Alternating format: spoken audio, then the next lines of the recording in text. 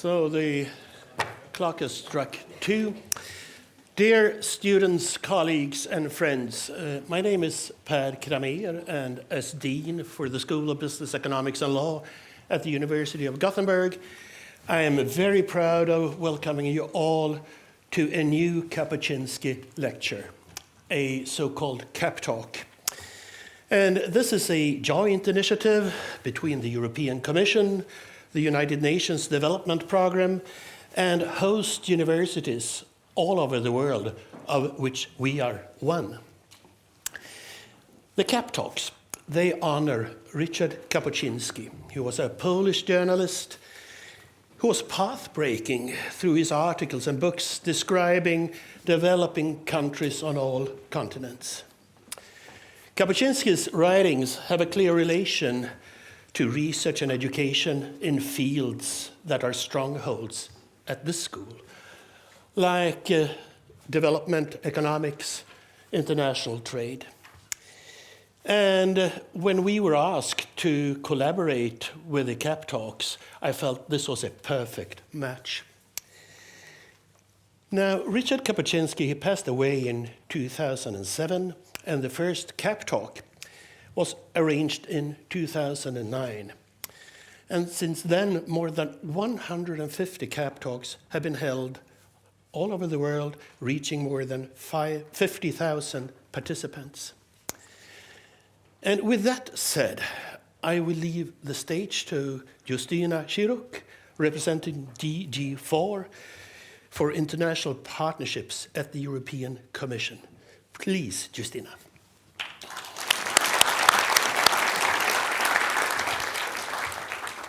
Thank you, Dean. Hello and welcome. Good afternoon, everybody. I'm very pleased to be here with you today. Let me begin by thanking our host first, the School of Business and Economics and Law at the University of Göteborgs, for their support and hosting this KAPTalk. I would like to also thank the United Nations Development Programme, who has been the partner of the European Commission on organizing the Kapuscinski Development Lectures since their beginning in 2009. As Karl Paul Reinhold Niebuhr said, the American theologian and commentator, man's capacity for justice makes democracy possible, but man's inclination to justice makes democracy necessary. We have always faced this tension in developing our systems of government, but the question seems particularly pertinent today. In recent years, discussions of governance, leadership, and democracy have been urgent all over the world, including in Europe and North America. Good governance remains at the heart of EU external action, whether through elections monitoring, support for civil society and human rights defenders, or capacity building in governance and transparency.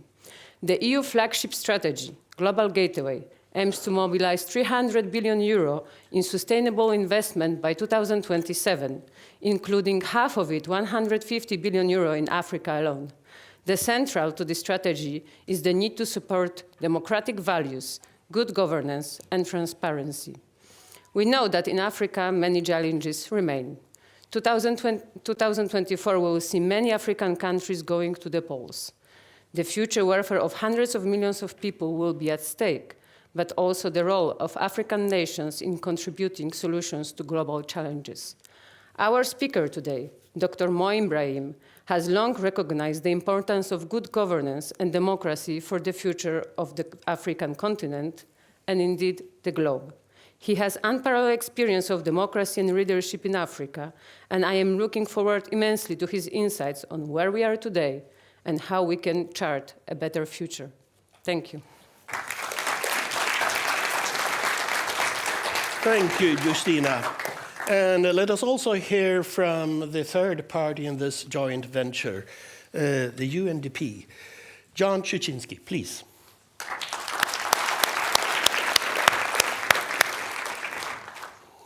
Thank you very much. It's great to be here again.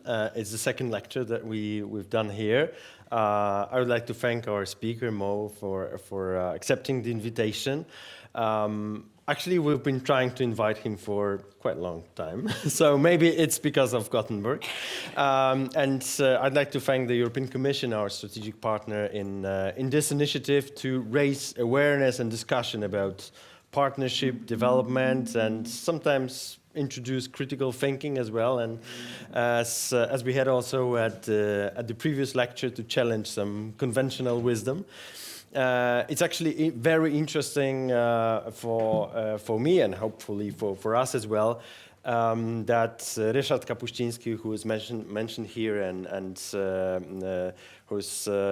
who is honored actually with this series, he witnessed the revolutions all over the world, not only in Africa, but mostly in Africa in the 60s.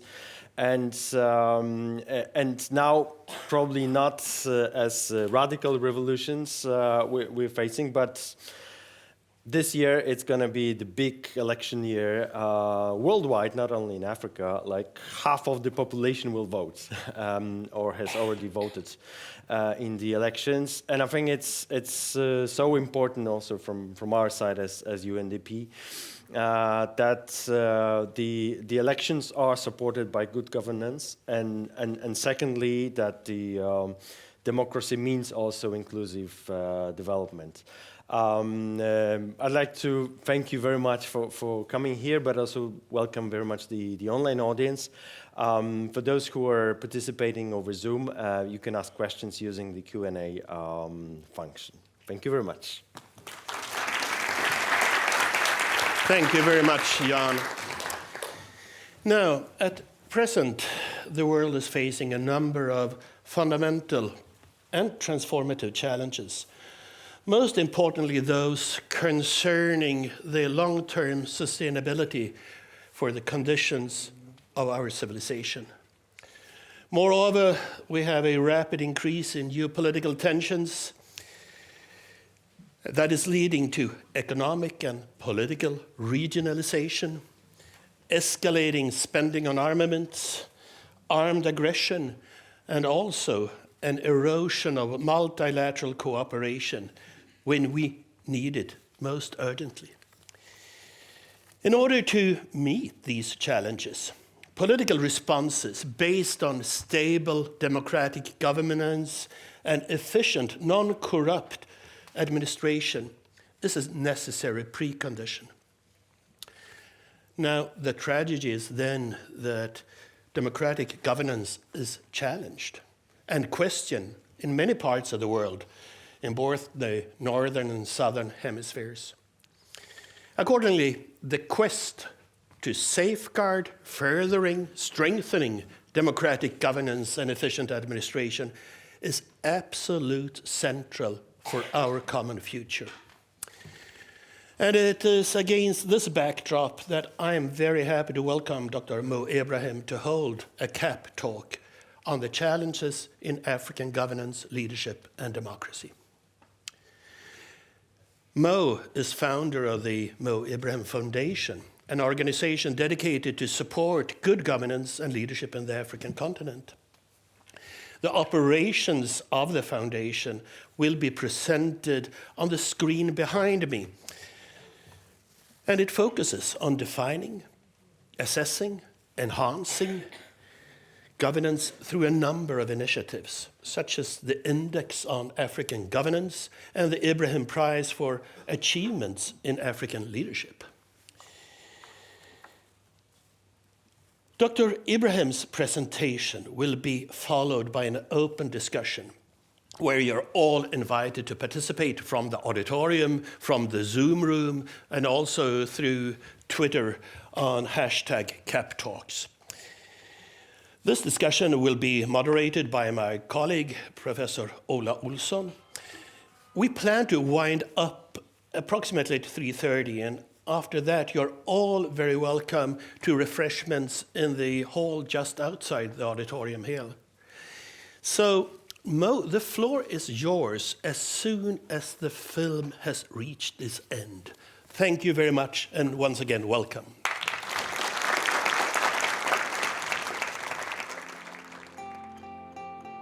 Mandela used to say that Africa is a rich continent, but poor people. And that's the question we need to address. Africa is a very rich continent. It hasn't got too many people, given the space we have. Very rich in resources. And we have really mismanaged the continent for a long time. Of course, we had a bad history from slavery to colonial rule, etc. But that finished 50 years ago. It's time for us to pick up ourselves and move forward. And we cannot move forward without good governance. Good governance and democracy are central to Africa's development. Without them, it will be hard, if not impossible, for any African countries to reach the Millennium Development Goals by 2015. That is why the mission of the Mo Ibrahim Foundation is so important.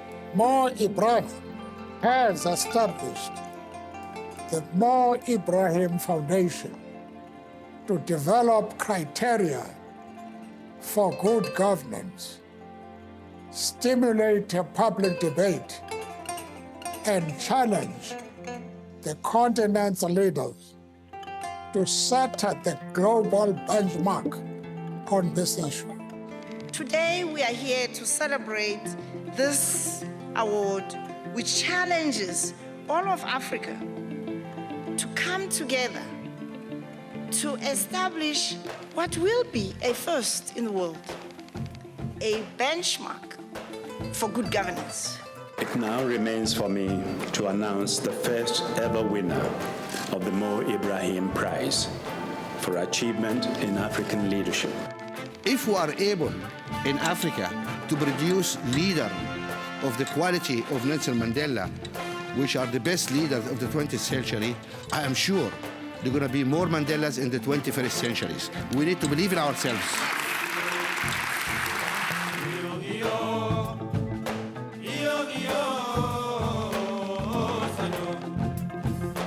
It is a statement, and it is the credibility of this committee that it has the guts to stand up and say, no prize this year. This is a prize for excellence in leadership. This is not a pension. We wish you to present you with the prize. It looks beautiful. We are trying to define governance. What is good governance? What governance mean? What is that basket of political goods government need to deliver to their people? And we went out to measure it. They've got all this data that they've collected on the different challenges and the magnitude of the problem as well. And the nice thing about it is it's about Africa. It looks beyond the immediate bad news that are very well reported from Africa.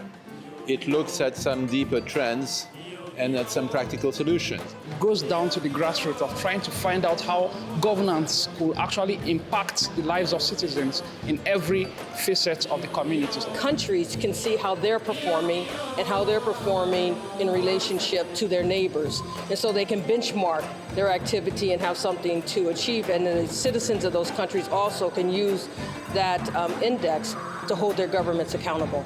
We need the ordinary man and woman in the street to be able to talk about governance. Africa is a dynamic continent which is changing every day. And the numbers speak for themselves. Well, I think one of the big differences between the Mo Ibrahim Foundation and its forum and all of its activities is how it's data-driven. Thanks to the Mo Ibrahim Foundation. My scholarship at the School of Oriental and African Studies. At the University of Birmingham. At London Business School. My mentoring by Donald Kaberuka. Was a world-class opportunity. And I take that learning and experience back to Africa for a better future. For the next 10 years and beyond.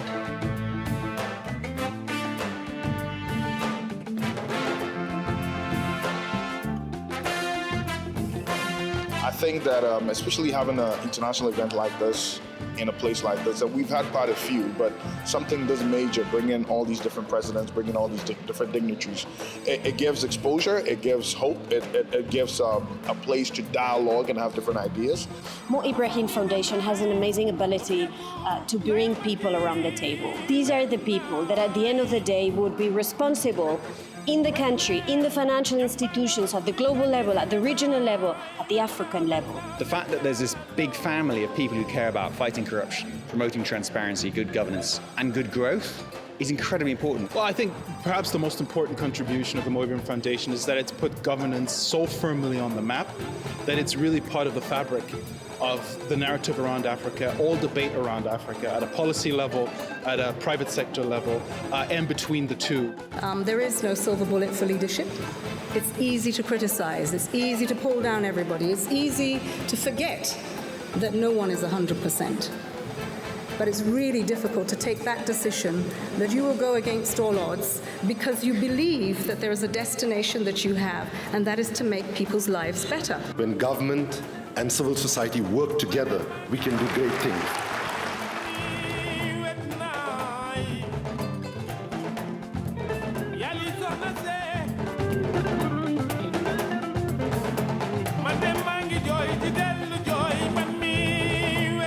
Mr. President, I know you are a diplomat as well. European Union at the moment fund the bulk of the operational budget of the African Union. Yes. That's correct? And what we're saying here is what sovereignty you have if somebody else is funding your operational budget.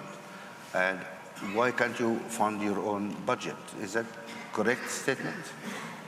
First of all, it is not proper that we don't fund our own budget because we can. That's number one. So if you can, why don't you do it? That's the first question.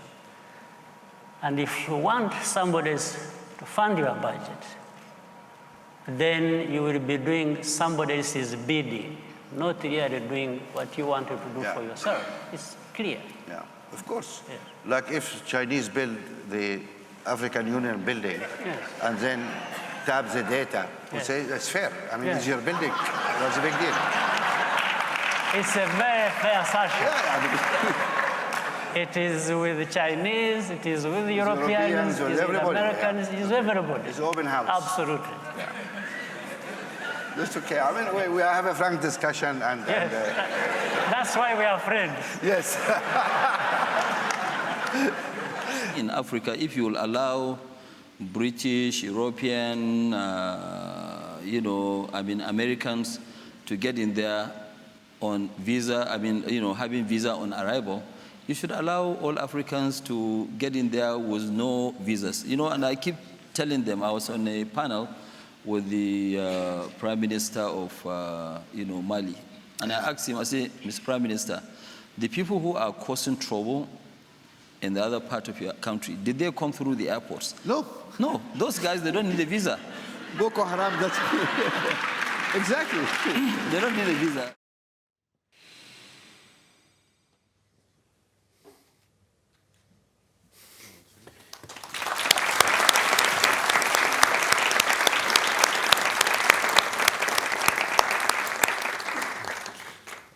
Well, thank you very much. I first wish to express my appreciation really and gratitude for the university, the European Union, and for UNDP to offer me the honor of coming here to address you. So thank you very much for this.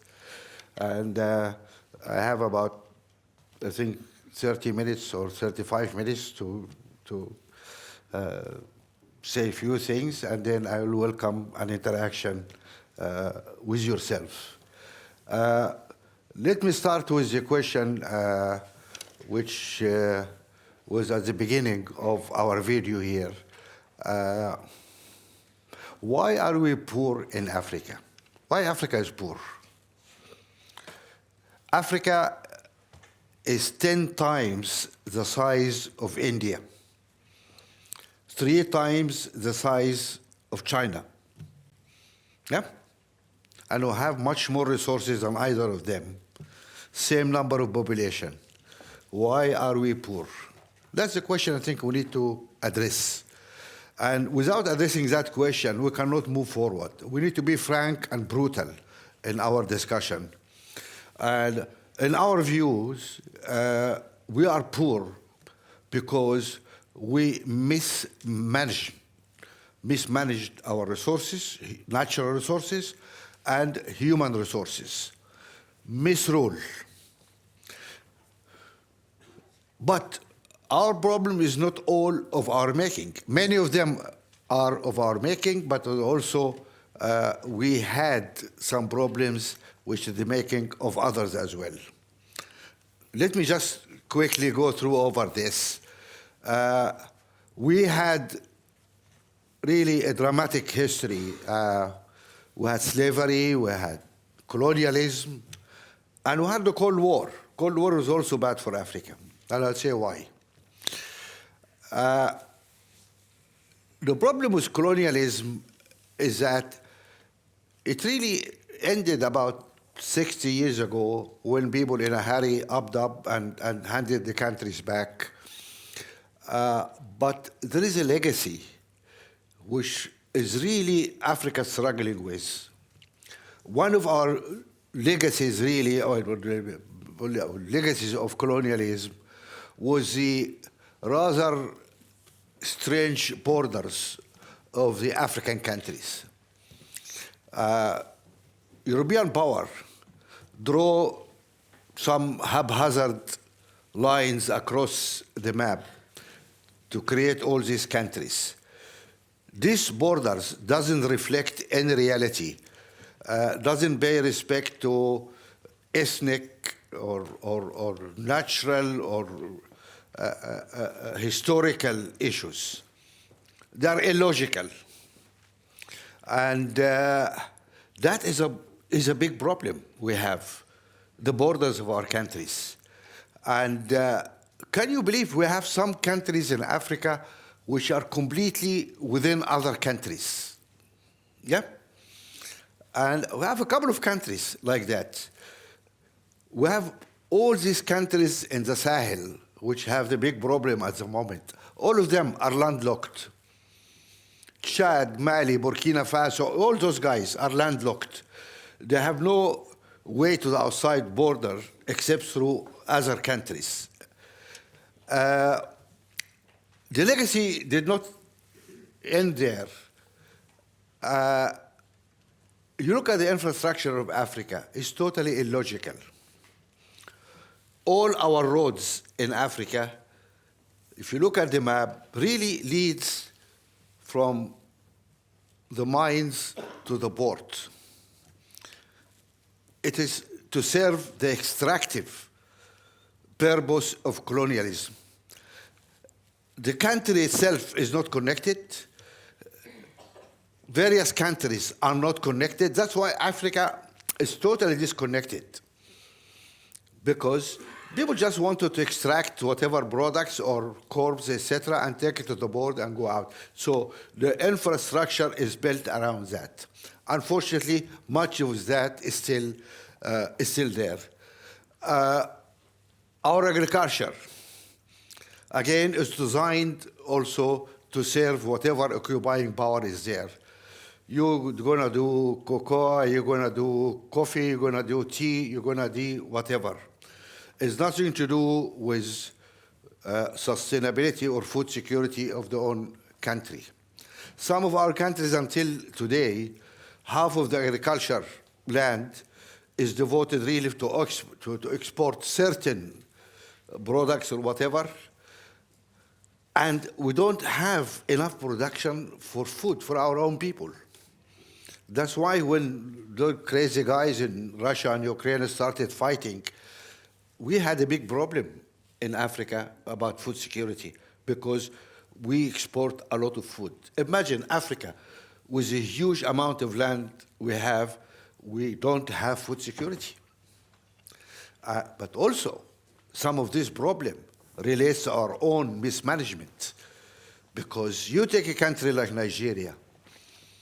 Nigeria used to be self-sufficient when it comes to food production. It used to export food, actually.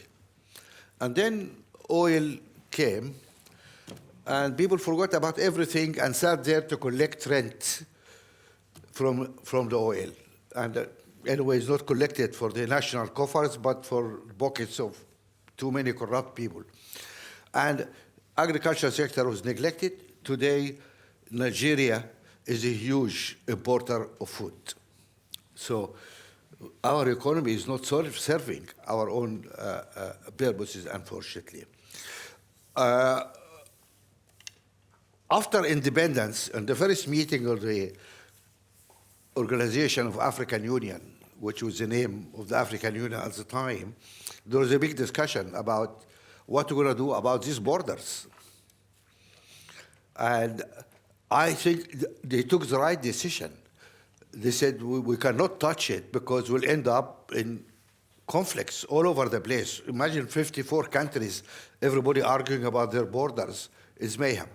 So I said, sorry, it's bad, but we better leave it as it is. So it is a legacy of colonialism, which we have to live with it today, 60 years after independence of our most countries. We cannot change it. This, unfortunately, the awful legacy of colonialism, which is still there. So colonialism did not finish. It's leave its own stigma, unfortunately. But then you come and say, okay, we don't live in a perfect world. Every country in the world probably have been colonized. I don't think Sweden has been colonized. I mean, you guys used to colonize other people, but maybe the Danish did some work here. But people, that's unfortunately the human nature, you know. Whoever is powerful enough, go and jump on the neighbor. But countries pull itself up and move forward. And you ask what our leaders have done. We had our independence 60 years, so we had the national anthem, we had the colorful flag, and you know. But unfortunately, one thing the colonialists failed to do before they leave was really building the institutions necessary for the democratic process forward. They picked somebody, a popular guy or a leader of resistance, and put him in the castle and have the flag, and you know, the prince or somebody go and salute and finally got your independence. But democracy is really about institutions. It's really about, you know, the legislative, you know, you need judiciary, you need independent, you need parliaments, you need free media, you need, and nobody bothered about establishing the institution necessarily for the sustainability of a democratic system. So these were all weak systems and weak democracies, and no wonder we had a huge series of military coups. In the 2 decades, the 60s and the 70s, Africa had about 87 military coups, half of them successful. So we had a coup like every exactly 89 days. Military coup every 89 days, because the institutions are weak. The strongest institution in the country actually is the army. It's one institution which is well-resourced and organized, and it takes power. And we ended up with a whole bunch of crazy generals, and some of them are criminals, actually. And that was a really wasted decades of Africa. We have wasted so much time because of misrule. That is really unfortunate. And then came the Cold War. The Cold War was terrible for Africa because Africa was treated as a chessboard, and we have two superpowers who are haggling over the strategic squares in that chessboard. And it doesn't matter what allies you acquire, criminal, thieves, it doesn't matter as long as an ally. And so good governance went out of window, and both superpowers built relationship with many criminal leaders, completely neglecting any issue of human rights, etc., because what they wanted was Natural resources, they wanted, and they wanted to deny to the other party. They wanted votes in UN. Africa has 54 votes in UN, which is not bad. And some of them also wanted military bases. So that was a very bad period for African governance, unfortunately. Cold War was terrible for us.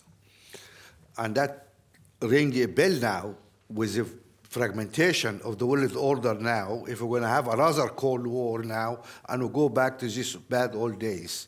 We'll see. It's no coincidence that African governance started to improve exactly at the day of the fall of Berlin Wall in 1989, because the rationale for supporting criminals and dictators, etc., is gone. There's no more Cold War there. And that period for 20 years, we saw a great development in African governance and African democracy. For the first time, we see constitutions with term limits for presidents, multi-party democracy, etc. That was the golden age for African democracy. This 20 years in the 90s and noughties of this century. And that was really a wonderful period. We see that governance have developed quite, we have the data.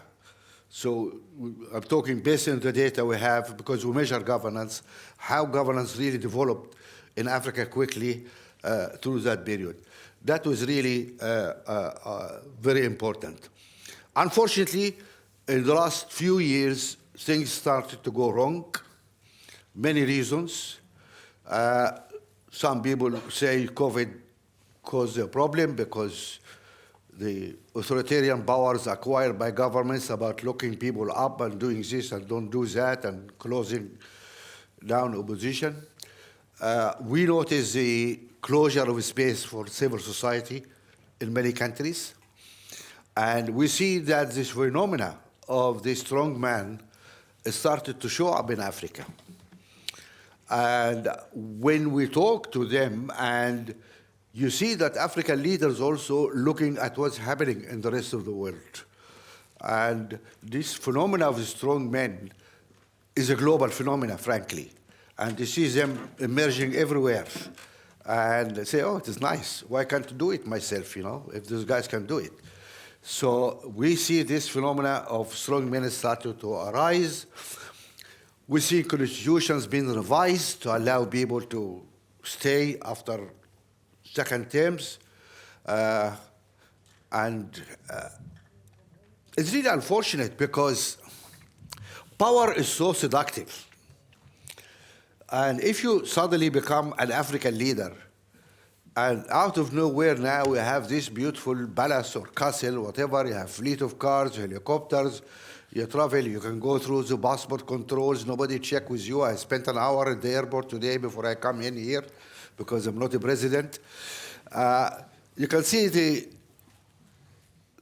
joy of being a president. You rub shoulder with leader, you have cooks, you have this, you have that, and then suddenly lose all that. Because African leaders have nothing to go to after office. If you leave office and you are an honest man, you have nothing. Pensions is not there. And it's tough. So you can see the pressure on some of those people to stay in power, personal things. But of course, there's wonderful leaders who bite the bullet and do it. And that's one of the reasons we instituted the prize to create a path forward for people who leave office, have done good work, to say, fine, don't worry about life after office. You can go and do your civil duty. Go and talk to kids in the schools. Tell them what is it to be a leader, how to move things forward. And we'll introduce to the international community. Because one of our problems, of course, is also perception. I mean, I don't want to carry this test here again, but I used to do that usually in various universities. I ask people, like, who knows Mobutu. Can you raise your hand if you know Mobutu? General Mobutu. Okay. You know, do you know Idi Amin? You know Idi Amin. Do you know Festus Mogae? One person, two, Festus Mogae, three. Pedro Breas. Anybody know Pedro Breas? Not a single person. Okay. You are the elite, really.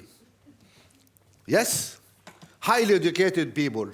Don't you think it is shameful that all you know about Africa is our worst dictators? Pedro Breas is a wonderful leader of Cabo Verde who introduced democracy, moved the country forward, and won our prize. And you don't know him. Not a single person knows him. What kind of educations you guys get? I mean, I don't know, the faculty is here. You need to do something about this. You know, this is the problem. Is Africa seen through the lens of the BBC and CNN. And what those guys interested in, they're interested in what makes a good television. I tell you, genocide, killing, stealing, that's a great television. But a country is doing well and people going about their business. How can you present that in TV? It's not an event. That's why we end up with our criminals. You know, Idi Amin left like 40 years ago, and still people know him. You as European, wouldn't you feel outraged if I told you I'm an African, all what I know of European leaders is Hitler and Mussolini. I don't know anybody else. How do you feel? I feel European leaders are criminals. Yes? And you feel upset, oh my God, why? We have good people around. Because I don't know those people. Can you understand my point of view here? We have very good leaders in some countries. Yes, we have bad leaders in other countries, but we need to have a balanced view of what's good and what's bad. So anyway, I don't feel too bad because I did this test in the London School of Economics. I did it in many universities, and they are bad as you. So don't feel too bad. But really, you owe it to yourself to know facts about what's going around around the world. Now, in our fight for better rules in Africa, and in our fight for democracy, and by democracy, we mean participation. We have a big issue with a number of our people, our friends in the North, who think democracy is about having an election every 4 years. And then Carter and CNN will come and stand outside the polling station and see people queuing and take a photograph and say, okay, we certify this was a peaceful election. We think this is crap. This is nonsense. Because in many of these countries, the election is stolen way before the election day. Did you look at the voter register? In most African countries, unfortunately, this voter register represents nothing. It's full of dead people, full of people who were never born. And many of these registers are kept off the opposition parties, so you cannot even audit it. So what does it mean? You crack into people, you don't have right to organize, not right to meet, not right to explain what about, you know, what do you want? And then you have an election. This is not a free election. And so we don't like to use the word democracy, which because it's tainted by this shallow expression of democracy, this 4-year cycles of election. Democracy, in our view, is about participation. If, as a citizen, are you free to organize? Are you free to meet? Are you free to publish? Are you free in the running of your own local community, bigger community, your country? It is something practiced every day. This is participation.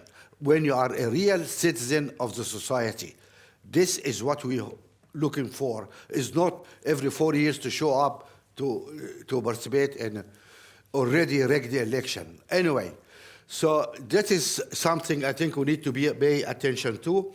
And we think, unfortunately, that space has been closing over the last few years. We've seen a range of coups taking place, unfortunately, in a number of countries, including my own country in Sudan, which has a criminal civil war going on now. We have in Sudan more refugees than the Palestinians, actually. You know, everybody is upset about the Palestinians, what's happening to them, and I agree. But we have actually more refugees than the Palestinians. We have 9 million refugees in Sudan now. It's terrible. Anyway, but all that is our own making. And we cannot put the blames on colonialism or in the past. It happened. Some of it, yes, caused problems, but most of our problems are our own making. We need to look in the mirror and see what is wrong with us and to work on that. So that is something I think important. But in our fight against corruption, political corruption and financial corruption, etc., we need also the support of our friends in the North. And I found it very hypocritical when my friends in the North always talk about corruption in Africa. And I always ask,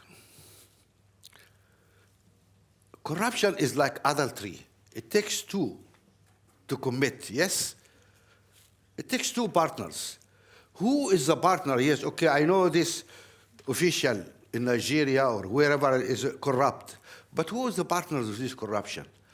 Very respectable business people sitting here. What about those people? Do you know that corruption has always been legal? Yeah? And according to my CFO, when I was running my business, see, no problem. We'll put it down as expenses. It's tax deductible. Okay? Until late in the 80s, much later than that actually, when the American in 85 introduced the Foreign Corruption Act in 1985, and the agreement with Europe will join, Europeans being a little bit smarter in this case than the Americans, they said yes, so American passed the law, European did not pass the law. It took like 8-9 years after that to pass the law because they said they can have an advantage because my companies can go and corrupt people while the American cannot do it. I have a business advantage. Anyway, this is about the hypocrisy. We need to be honest. So, corruption became illegal in Europe about 20 odd years ago, correct? In every European countries. We ask the question, how many corrupt Swedish businessmen, how many corrupt German businessmen, how many corrupt French businessmen, how many corrupt even been tried in these countries? I don't know about Sweden, you know about Sweden. Can you tell me when the last time you heard of a trial of a corrupt businessman or a Swedish company in Africa? Can you tell me? When was the last time? When? Ericsson last year. Corruption in?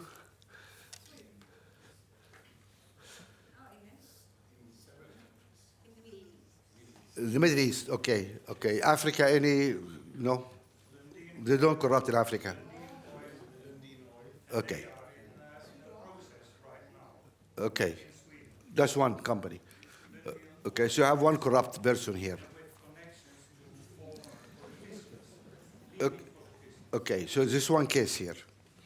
Right. France, Germany, how many cases? I know in many European countries, not even a single case. And when I ask the question, those African corrupt people who we talk about, they corrupt themselves? Where are their partners? Why aren't you working on corruption? Yeah? Either there's no corruption of Africa, then we forget it. or there is corruption, and we say Africa has a problem, then okay, let's see who are the partners. And let me tell you something much worse than what we call corruption. Illicit financial flows. You heard that term, illicit financial flows? Can you raise your hand if you heard it, please? You're not aware of it. Illicit financial flows is what companies do in Africa, mispricing of imports and exports, and profit shifting. This cost Africa, according to the United Nations, is not my number, according to the UN, $88 billion every year. You heard that number before? Every student in any business school should know that number. $88 billion a year. That's the cost of the illicit actions of companies, mainly here in the West. What is the total aid to Africa per year? 53 billion.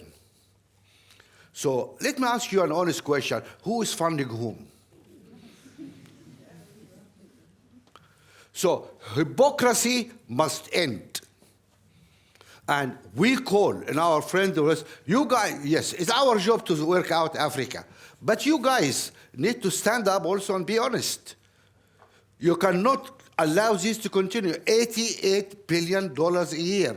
Imagine what does to Africa in dealing with climate change, creating jobs, or health for children, or imagine the amount of money. Why aren't we taking action on this?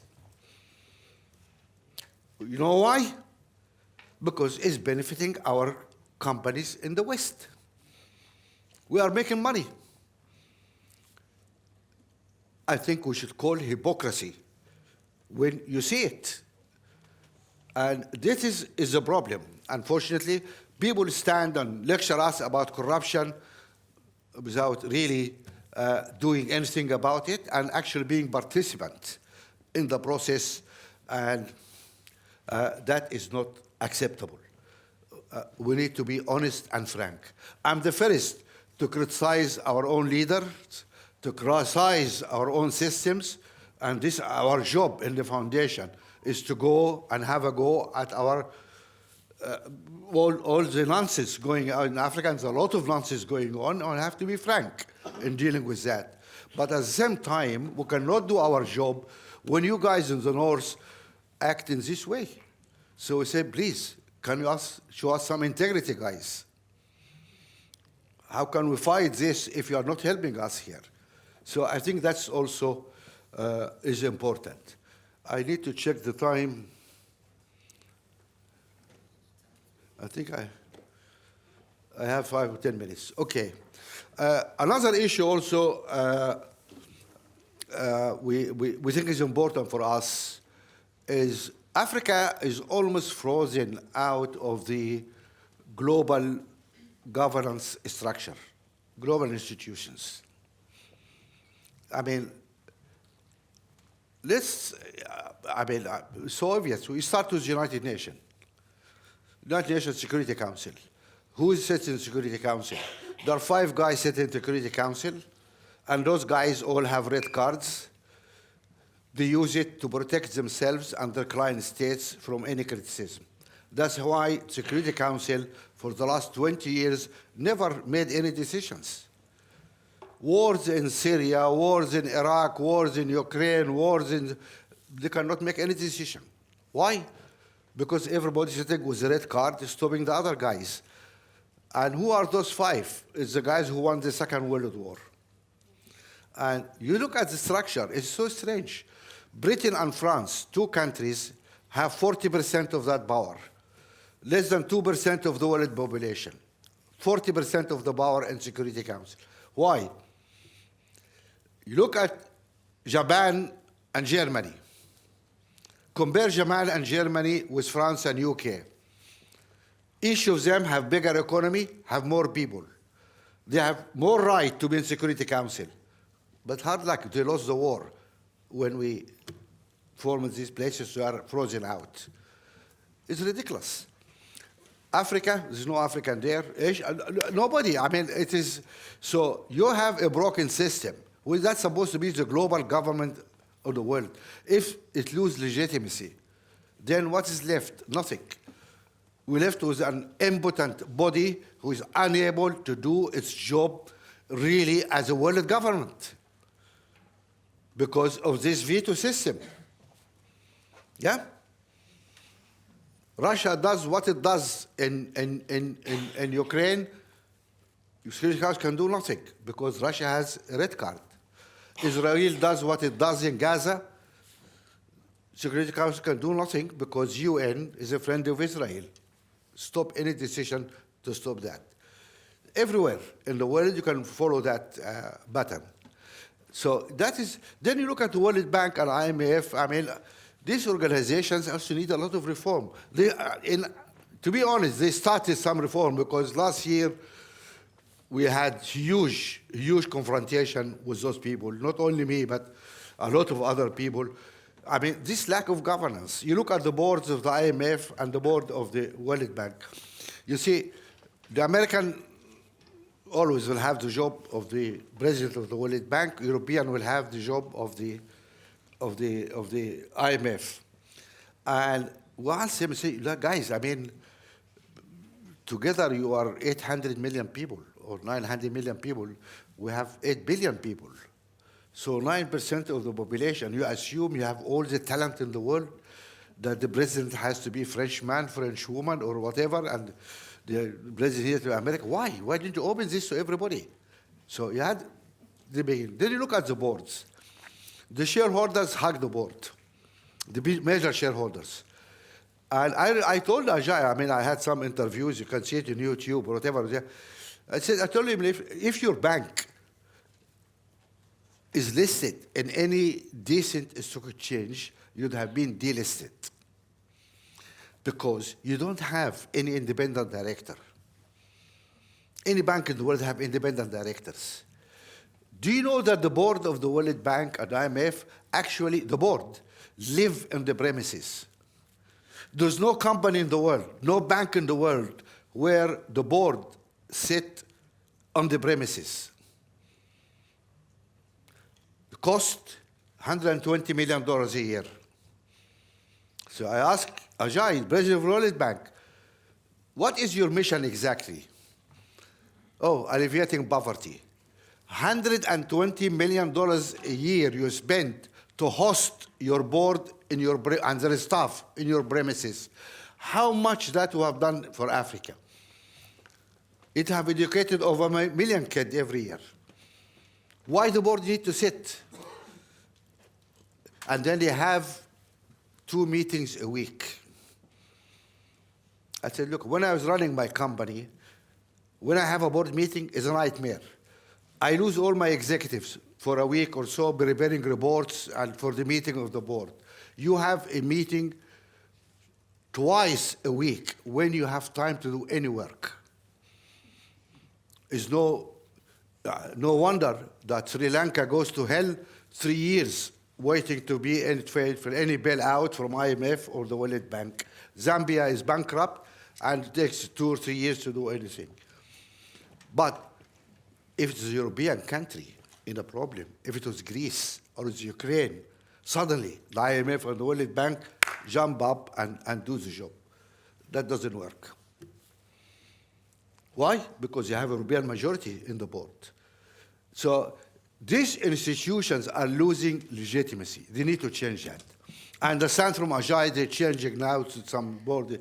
I'm not sure fully enough, but they're making some changes, but we need to keep pushing to really improve that situation there. So we have a lot of problems in Africa. State of democracy in Africa is unfortunately not very nice. We have a big fight to restore that. But as I said, in a way, it's a reflection of the global deterioration of democracy. We see all the liberal democracy around us in trouble. And that is a problem. The bad example. I recall a number of discussions I have with some African leaders, and they say, oh, you want me to be as democratic as the United States? The Congress cannot take any decision. It's polarized. You know, those guys are fighting each other. They are not making any decision, which is true. Look at the Supreme Court in the US is politicized. It became a political tool. Where is the rule of law there? This is Obama judge. This is Trump judge. A judge is a judge. It should be independent. It should be honest. And they say, you know, you want us to be like those guys? I mean, so we have a problem fighting for democracy because Democrats are not giving a good example. They stopped giving us a good example. So we need to sort out these things as well. It's a troubled world, troubled times, and we all share this unfortunate situation. I'm sorry, it's not a pleasant lecture, but it's a truthful one. And I do apologize if I upset you tonight. Thank you very much, and you're free to ask any questions.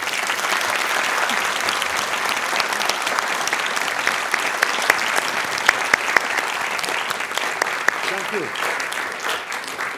Thank you, Mo, for a very, very interesting and very engaging presentation. My name is Ola Olsson, and I will lead this Q&A session that will now start. So feel welcome to raise your hand if you have questions, and let's try to be brief and to the point, so that because I think many people would like to ask more questions here. Okay, let's start here with Gunnar. Thank you for an incredibly important lecture. I'd like you to elaborate a little bit on an issue, and yet another of the challenges here. If we look at the map of Africa, going from east to west in the Sahel belt, you see these incredible challenges in governance. Can you please elaborate a little bit on the natural resource routes and climate change routes to governance challenges? Thank you. Okay. Yes, situation in the Sahel is not pleasant. A number of reasons, actually. It's a perfect storm. Let me start with climate change. By the way, climate change is real in Africa. Is real. And you have two main groups of people. You have the farmers and the herders, people who have animals, and and these are two main groups, economic groups in Africa. Now, because of desertification, the lack of rain, the change in climate, the herders start to move south because all their livelihood is their animals. And the animals will die. They need to go and feed them, so you move south. But to move south, you encroach on the farmer, and these are subsistence farmers. They have a little bit of land, and that's what they're going to live on this year. And this guy comes with these animals to eat it. Unacceptable. So what you end is a huge conflict because of the obvious. So that's one issue. Then, if you couple that with the misrule of the country, where people, leaders, instead of stepping in to see how to resolve these issues, they side with one group or another. And they end up arming one group or another. You end up with genocide. And that's what happened in Darfur. Okay, so it's a combination, I think, of misrule and climate disaster which take place. And the way we're dealing with that, this is a problem. Then you have the disaffected societies. There is always some marginalized group. Again, go back to good governance. The way the leadership deal with the different ethnic groups, and as we agreed, Africa is divided haphazardly. You have too many ethnic groups, and that creates resentment, and that is not dealt with as well. And if there is no proper dialogue, no proper people take up arms. Okay, they say, oh, I have to fight for my rights. And then you inject on all these jihadists. Some problem happened in Libya, and our friends came to Libya and they throw huge amount of arms from airplanes. To whom? Nobody knows. Libya became a wash of arms. These arms find its way all across the Sahel. Thank you very much. So you have all this. It's a perfect storm. You have natural causes. You have man-made causes. You have, outside powers coming and throwing arms there. Why you guys need to do that? Anyway, that created this big problem. We have huge ungoverned spaces in the Sahel, unfortunately. And we end up with all this military takeover. And people use resentment against France because of historical this and that. So it is an awful situation. I think there was a question far up there. Yes.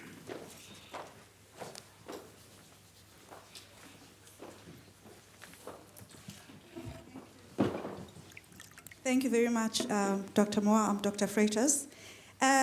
You've given us a very, very good explanation of the problems that are happening in Africa, and I was wondering if I was a businessman sitting here and looking at investing in Africa, would I want to go there? And as an African child, I think that, yes, Africa has problems. Yes, we've had colonization and all the problems, but when are we going to talk about how Africans can come up and begin to take control of themselves? When are we going to talk about African leaders being accountable for the problems that they are causing? When are we going to go around and start talking about what we can do to change the minds of young Africans coming up so that they stop? You made an example about Zambia and all those people that are not getting help. How do we change that perspective that they stop looking at getting people, to give them help, that they can go forward themselves, that they can do it themselves? And how do we make the leaders accountable? Thank you.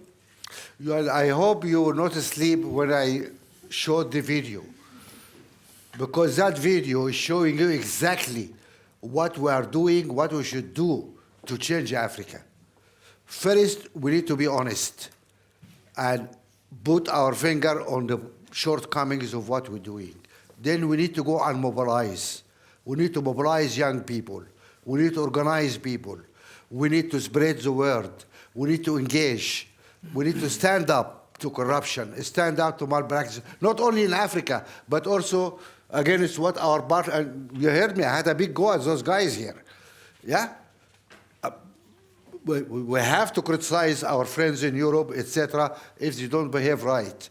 But before that, to acquire the right to criticize others, we need to be able to criticize ourselves. That's important. And we do both. And that is the way forward. And I think the future in Africa, anyway, is really in the hands of your young people.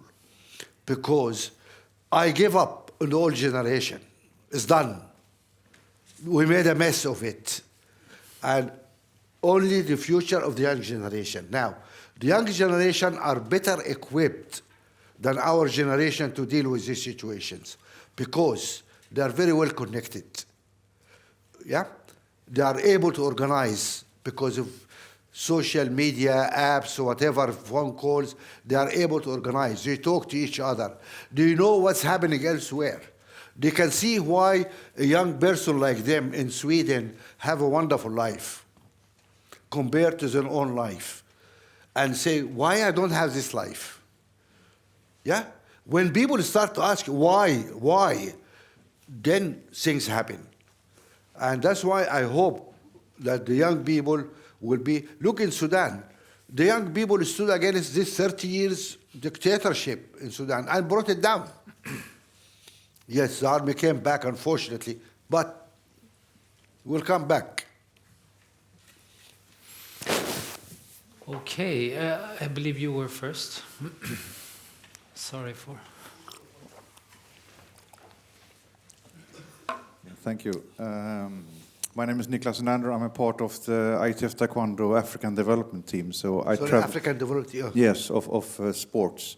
So I travel a bit, and I have a question.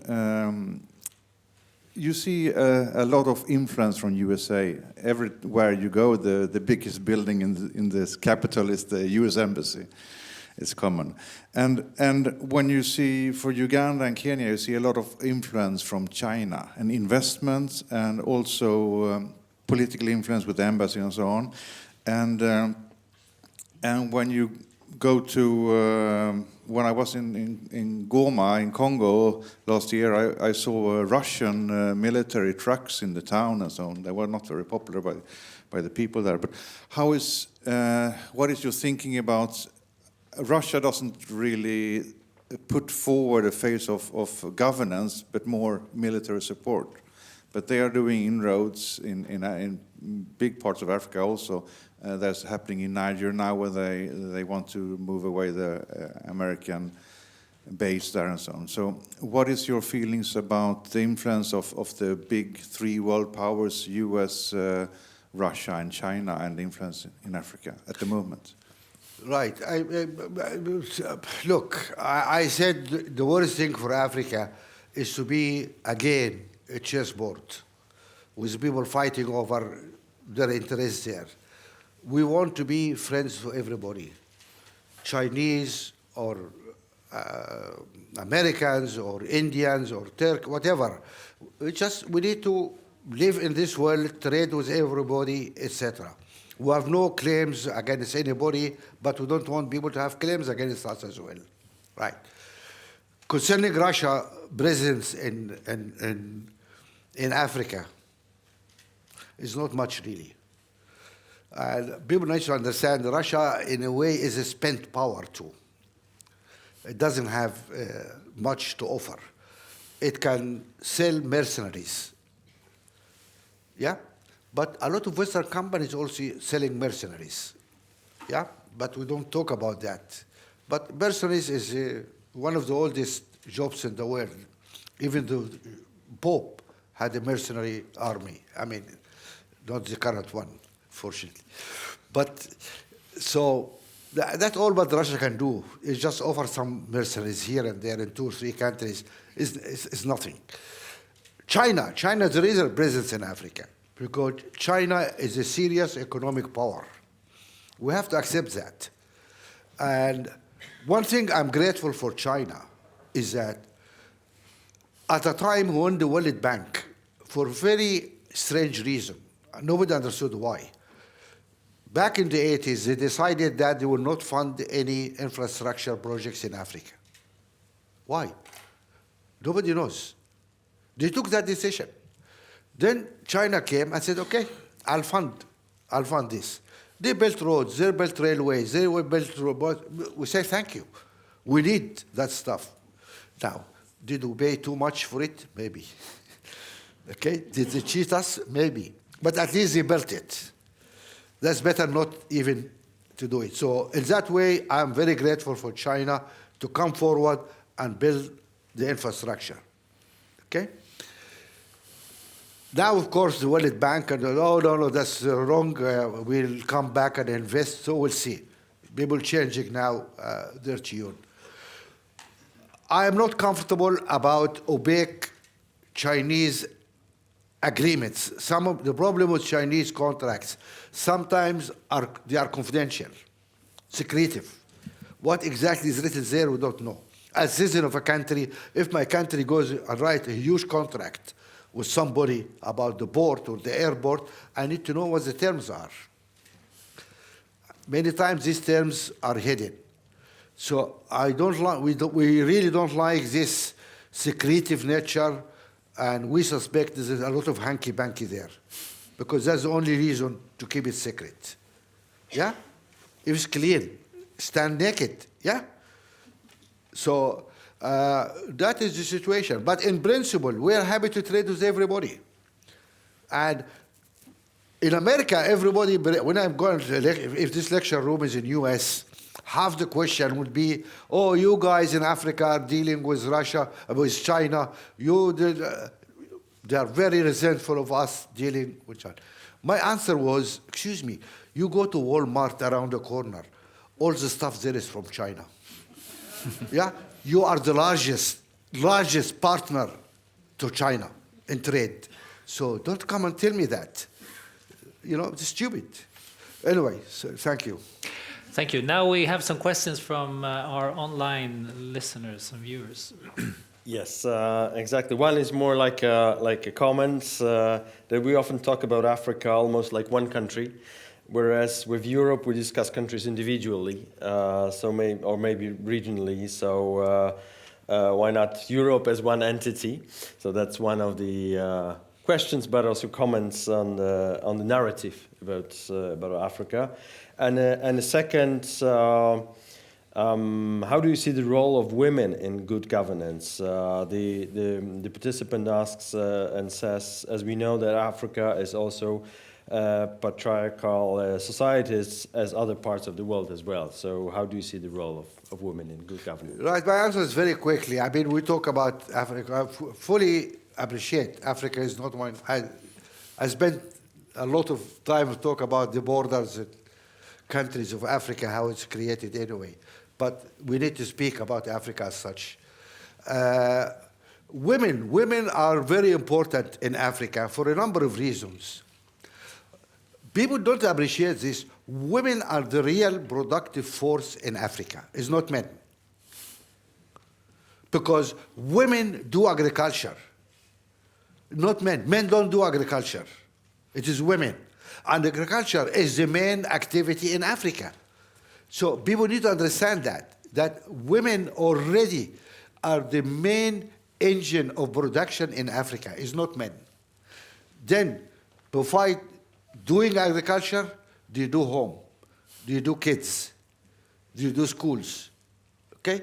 So African woman is at the center of the African life. This is true.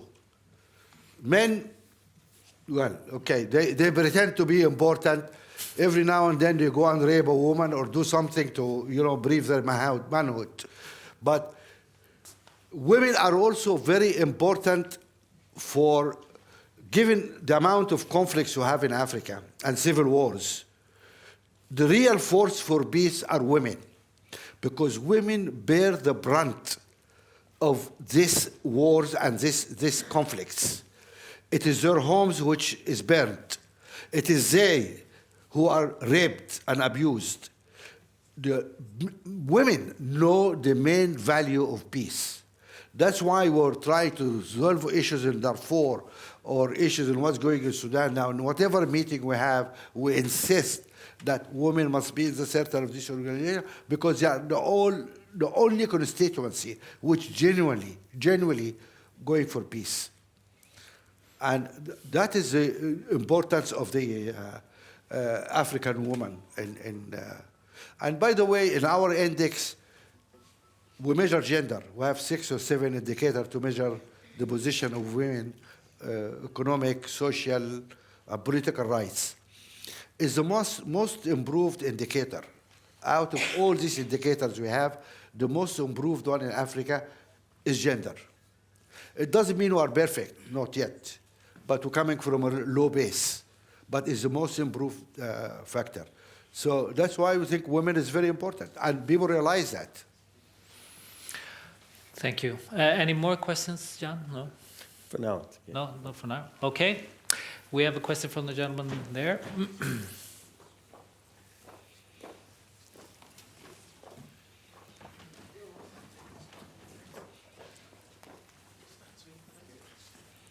Thank you very much, Doctor, for this lecture. It is quite insightful. I just want to ask you about a couple of countries in Africa, for instance, Nigeria and Cameroon, are having some separatist wars going on. Would you say that these separatist crises that are going on are as a result of bad governance or some post-colonial impact, or what would you say? Is it some external influence on the crisis that's going on? Like in Nigeria, we have Biafra, and in Cameroon we have the Ambazonia crisis, as you well know. How would you what would you think is the cause of this crisis? And if you were to advise Mr. Biya of Cameroon and Tinubu of Nigeria, what would you tell them to handle this crisis? Yeah. Right. It's very sad. I mean, I remember I had a panel with the president of Cameroon, and I asked him, I said, what's your problem with some people speaking English? You know, why it should be a problem for you? It's bad governance, bad rules. Why you differentiate between different ethnic groups in your countries? Yes, some of this has roots in the way the country was carved out from the past, but that we cannot deal with. What we can do is to deal with what we have. And what we have, we need to run the country in a fair way to all its citizens. But when you start to treat some group of people different from other group, you create resentment. And people feel that, yeah. And then unfortunately you have also some populist people who gain out of using this, you know, petty feeling of sectarianism. And then we complicate things like in Ethiopia. Ethiopia have so many ethnic groups, yeah? And Malas Zenawi, when I asked him, I said, why, even on identity card, you say, I'm Amhara, I am Tigrayan. And I said, excuse me, why you guys say just I'm Ethiopian? And then the Constitution recognizes this and said every group has the right to secede. Then when the guys secede, then you go to war. I think there is other way to deal with this. So I don't believe on conspiracy theories, you know. Some people in our continent and actually the area in general always blame others for our problems. Oh, this is a conspiracy. Oh, this is American, it's a CIA. For a while, I remember some years, everything in the world is happening because of the CIA. So, excuse you guys, CIA hasn't got time or money or people to do all this mess around the world. It is us. So let us not co-opt this conspiracy theories, etc. It's our fault, and we need to face it and solve it. Thank you. There.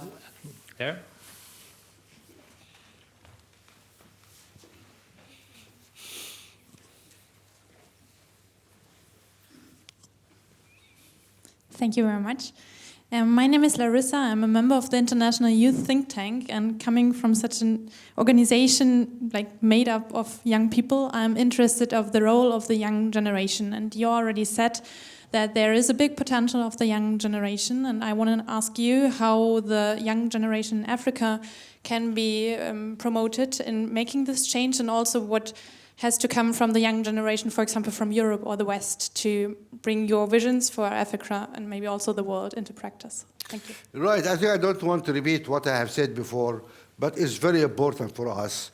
In our foundation, we have what we used to call it the Future Generation Forum and network.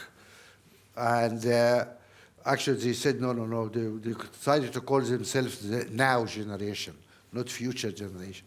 So fine.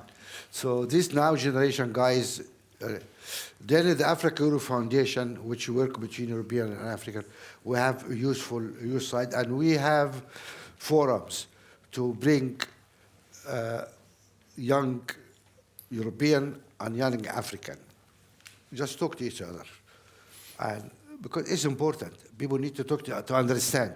You know? Always put yourself in the other person's shoes. Then you find most of the problems have been solved. So we try to do that with the young people.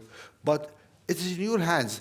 You know, the one question I always asked when I attend a meeting with young people in Africa, and I hate it, you know, always, inevitably, somebody will stand up and say, so what you gonna do to empower us? I say, excuse me, you're waiting for me to empower you? You better go home. You empower yourself. You want me to empower you? You are the largest constituency in Africa. half our population is brown. I said, you guys, if you have a party, you win every single election in Africa. Because you are the majority of population. And then you come and you stand and ask me, oh, please empower me. Excuse me? You know, you guys need to go and do it. It's not us to empower you. Actually, we'll never empower you because we want to hang on to power. That's what old people do. Yeah.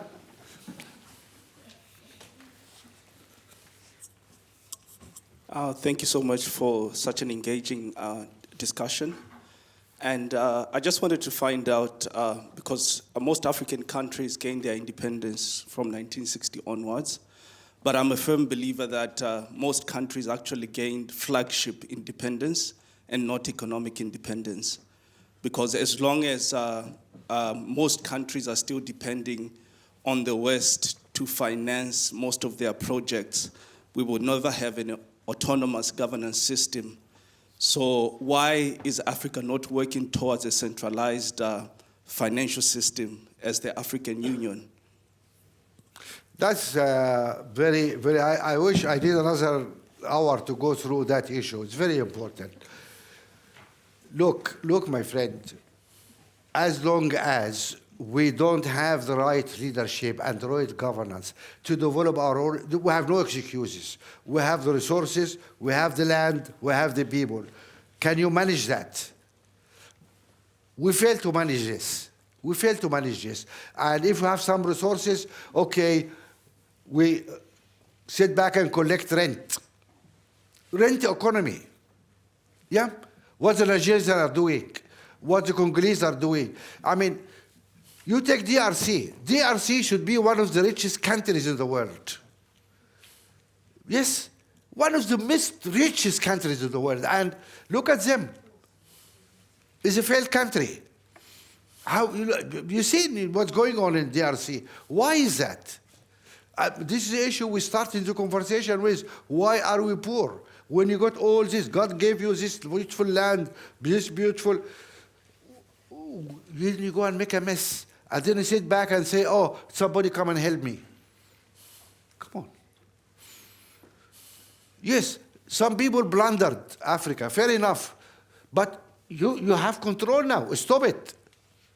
But you end up blundering yourself. So,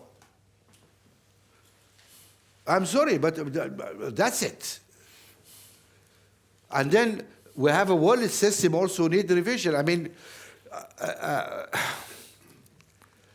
one of the major hurdles for development in Africa also is the cost of capital. Yeah? Cost of capital for the governments, sovereign funds, or for business. If you go to the market to borrow money, you need to pay 14%, 15% interest. The mafia will charge you maybe better rates. But why is that? Because thanks to the rating agencies, they're rating all African countries as sub-investment grade. So the cost of capital is so high. How can you invest?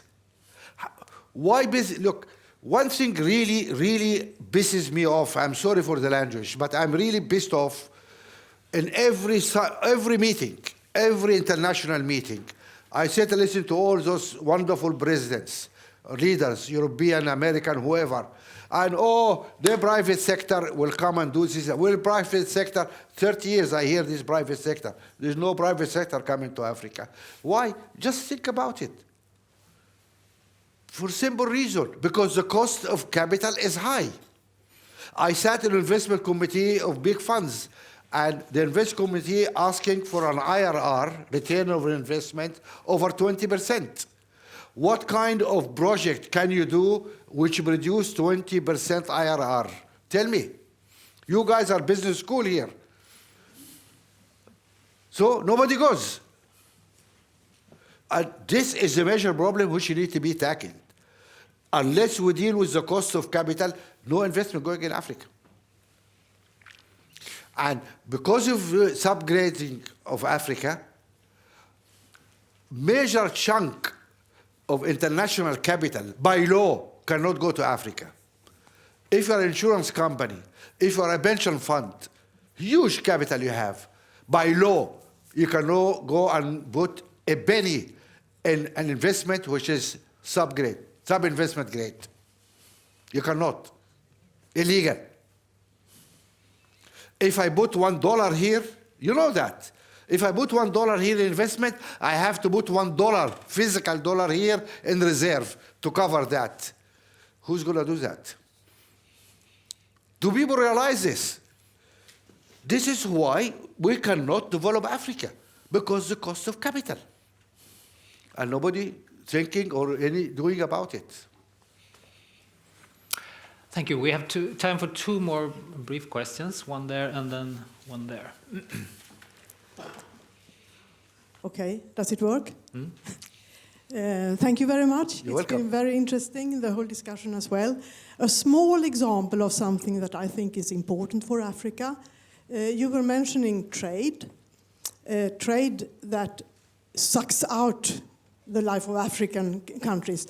But there is now inter-African trade, and there is also being built up an African free trade agreement, which is, you could say it comes late, but as you yourself said, 60 years of freedom from colonial rule is not a long time. And I think this is a very hopeful sign that the inter-African trade in perhaps things like raw materials and foodstuffs, agricultural stuffs, can actually increase and lead to better life within African states. Also, I would like to say, I understand why you're happy with the Chinese investments in roads and railways because of intra-African trade as well. It might have its negative sides, but of course you have to have better roads and railways within Africa. And I have some hope here. I have friends who work not in trade. I'm a retired customs officer, but I have many colleagues in Africa I've met. So there is hope for you. I'm very happy to say that. Well, no, thank you very much, Madam, because you introduced two very important points. Inter-Africa trade is non-existent. And we have been arguing all the time about the need for free movement of people, goods, and capital. We say that's essential. So look at Europe. Whatever you say about European guys, they are smart. Why European Union, was created? Is this integration? Is this a common market? That's the most successful project. It's a common market. Suddenly, all goods can move across Europe. That's create the whole situation. We have been the problem. Yes, the agreement is done. How many ratified yet? How many clauses are still there? This is something absolutely essential.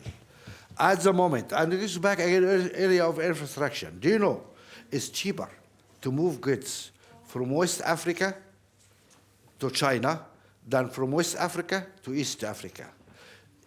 So, because our infrastructure is just haphazard, and this is hindering. And that will say, guys, you need to work together.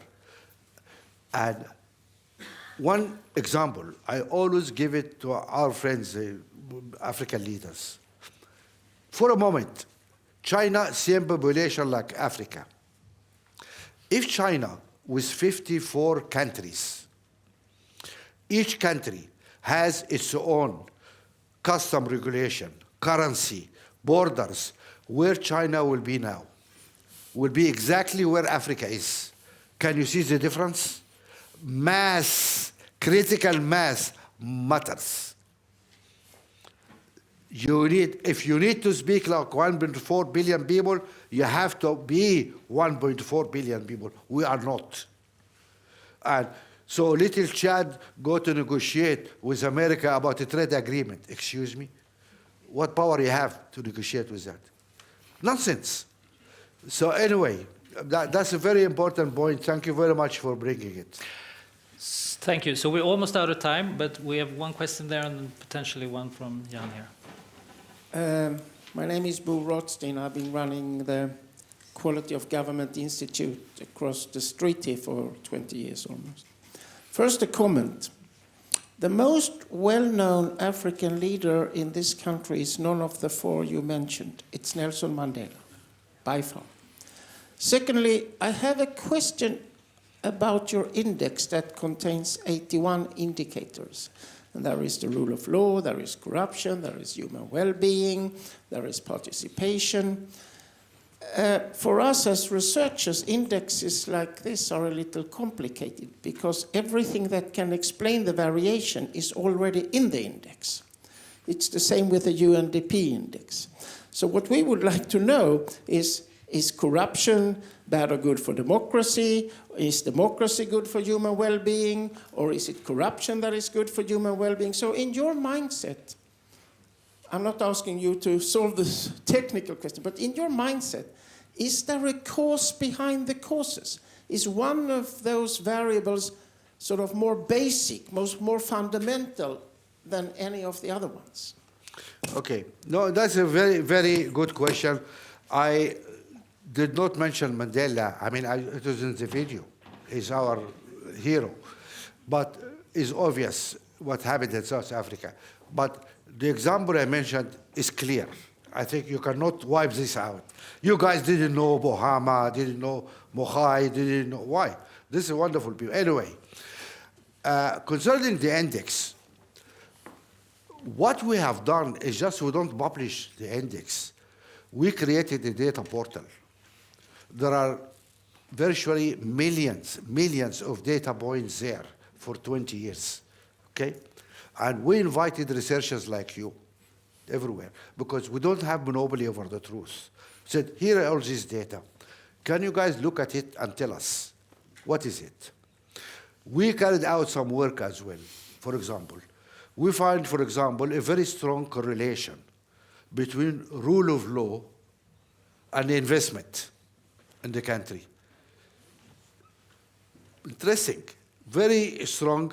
If you want really people investing in the country, you must have really low. The coefficient was like 0.93, 0.94. We find correlation, that's what we would like, because it doesn't important where a country is at the moment. What's important is the trajectory of the country. Where is it coming from? What's happening? Here is the rule of law going like this. Here's the economic development. Here's the investment. Here is corruption. Here is this. What is the relationship between all this information? It's up to you. You are a researcher guy, academic. We give you all this data for free. We're not charging. You do your work and find the relationship and tell us what's the solution, what's the best way forward. Thank you. One more question from our online. And we have like a follow-up question actually to what you mentioned about the integration in Africa. How do you assess the long-term prospects of integration in Africa? How do we make the system work as a whole when the individual parts are marked by conflict and inequality? Political will. Political will. It's the same nightmare we have all the time arguing with our leaders. Okay? We had a summit recently, and we talk about reform of the African Union. Why some African countries are not paying their dues to the African Union? Is it acceptable that half of funding of the EU comes from outside Africa? Why aren't we fine? Actually, the question I posed to Kagame on the video. Kagame at that time was the chair of the African Union. And I asked him, why you guys are not funding your own union? Why? And he's correct. He says political will, because we can do it, but they're not doing it. So this is an argument we're having with all the African leaders. Why integration is not moving faster? They agreed to fund the African Union that every country will pay 0.2%, 0.2% tax on any imports, foreign imports. And this will go into the African Union to help the project funding of it. I think only less than 20 countries already ratified this, less than that. Not everybody ratified it. So we say, excuse me, where is the political will? And the only thing we can do is to try to mobilize the people, the young people especially. Unless people put pressure on the leaders to get things done, they will not be done. So what we wanted the African young people to say, look, not in my name. You guys need to do this. And otherwise, it will not happen. And then we cannot blame anybody. We blame ourselves. Don't we say, oh, conspiracy theories. Yeah. Okay, well, unfortunately, we're out of time. Thank you so much, Dr. Thank you. Ibrahim. Thank you. And thank you for coming. Thank you.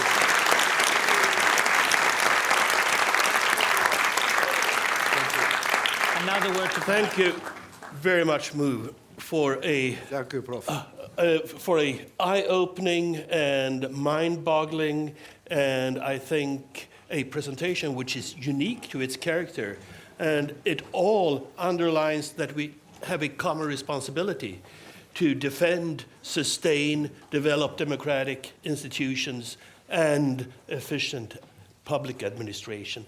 So we are very happy that you took your time to visit us here in Gothenburg, and as a small token of appreciation, I have this book, wonderful. Towards a Sustainable World. Thank you very much. And I hope to see you back here. Thank you, sir. Thank you.